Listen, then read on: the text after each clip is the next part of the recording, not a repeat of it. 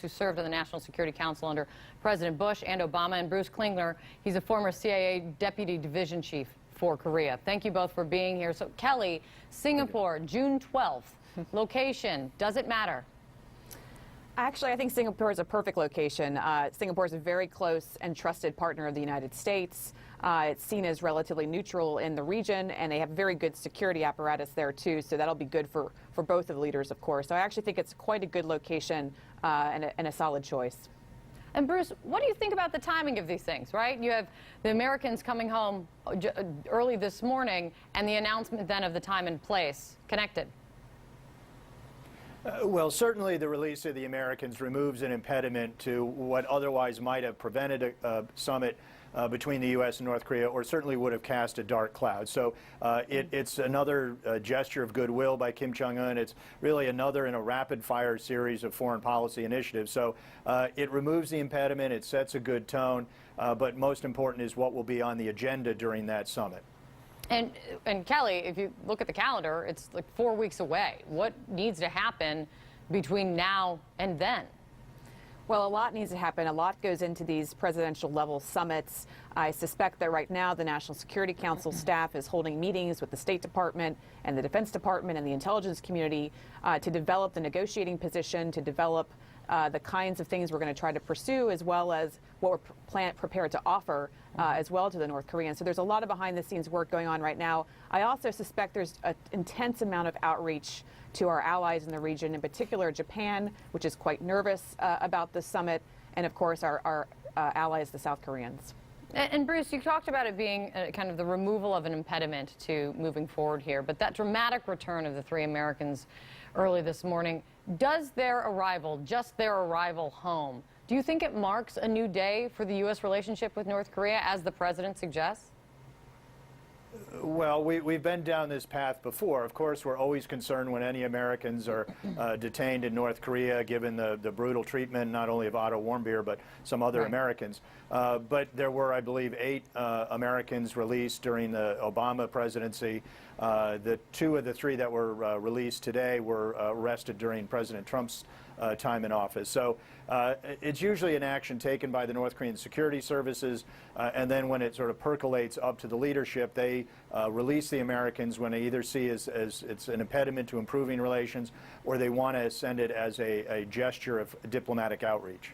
And Kelly, do you wonder why Kim Jong-un released the Americans now, not waiting for it to happen as part of a broader deal, as part of their conversation when they sit down in Singapore? Well, I suspect, Kim Jong-un has proven himself thus far to be very skillful, I think, at setting up the diplomacy ahead of the summit. I think this in part was to offer a gesture of goodwill, certainly, but I would be careful about reading too much into whether or not it signals his intent to really come to the table on denuclearization. So I would just caution, this is really raising the expectations ahead of the summit. The president himself is raising expectations on himself via this, but also the withdrawal from the Iran nuclear agreement.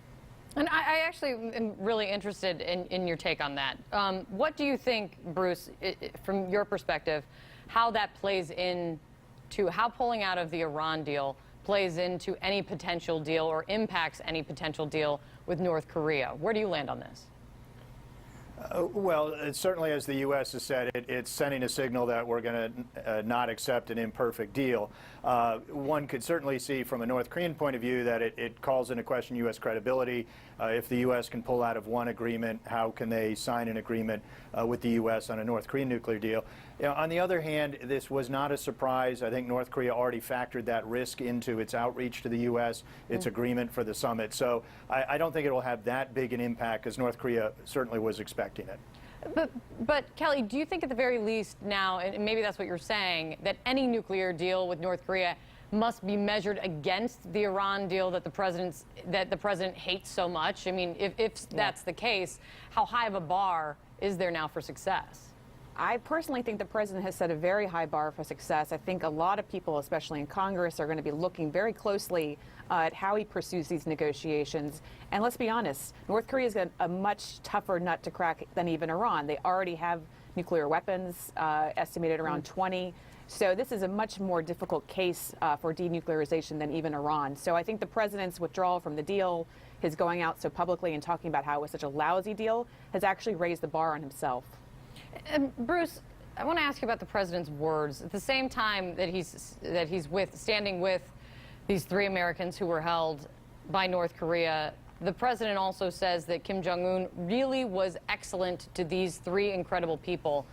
Of course, everyone knows that this is a regime known for its brutal rule and to completely disregard human rights. What does it do to hear those words coming from the president when he's standing there with the Americans? Right. Just to expand on the point Kelly made, is I think the president has set a very high bar. It's not only any agreement he makes has to be better than the Iran deal, but also the 8 previous agreements the international community had with North Korea and the 10 UN resolutions and verification measures equal to arms control treaties with the Soviet Union. I think the president, on the one hand, was thanking or acknowledging Kim Jong-un's intervention to release the Americans, which is quite welcome. On the other hand, I think it sort of reflects the president's superlative way of talking, using a lot of adjectives when describing meetings or world leaders. Which raises the stakes when these 2 leaders sit down face to face with each other. Great to see both of you. Thanks for walking through it with me. Appreciate it. Thank you. Coming up for us, Great, thank you. cashing in on the president. CNN has new details on Michael Cohen's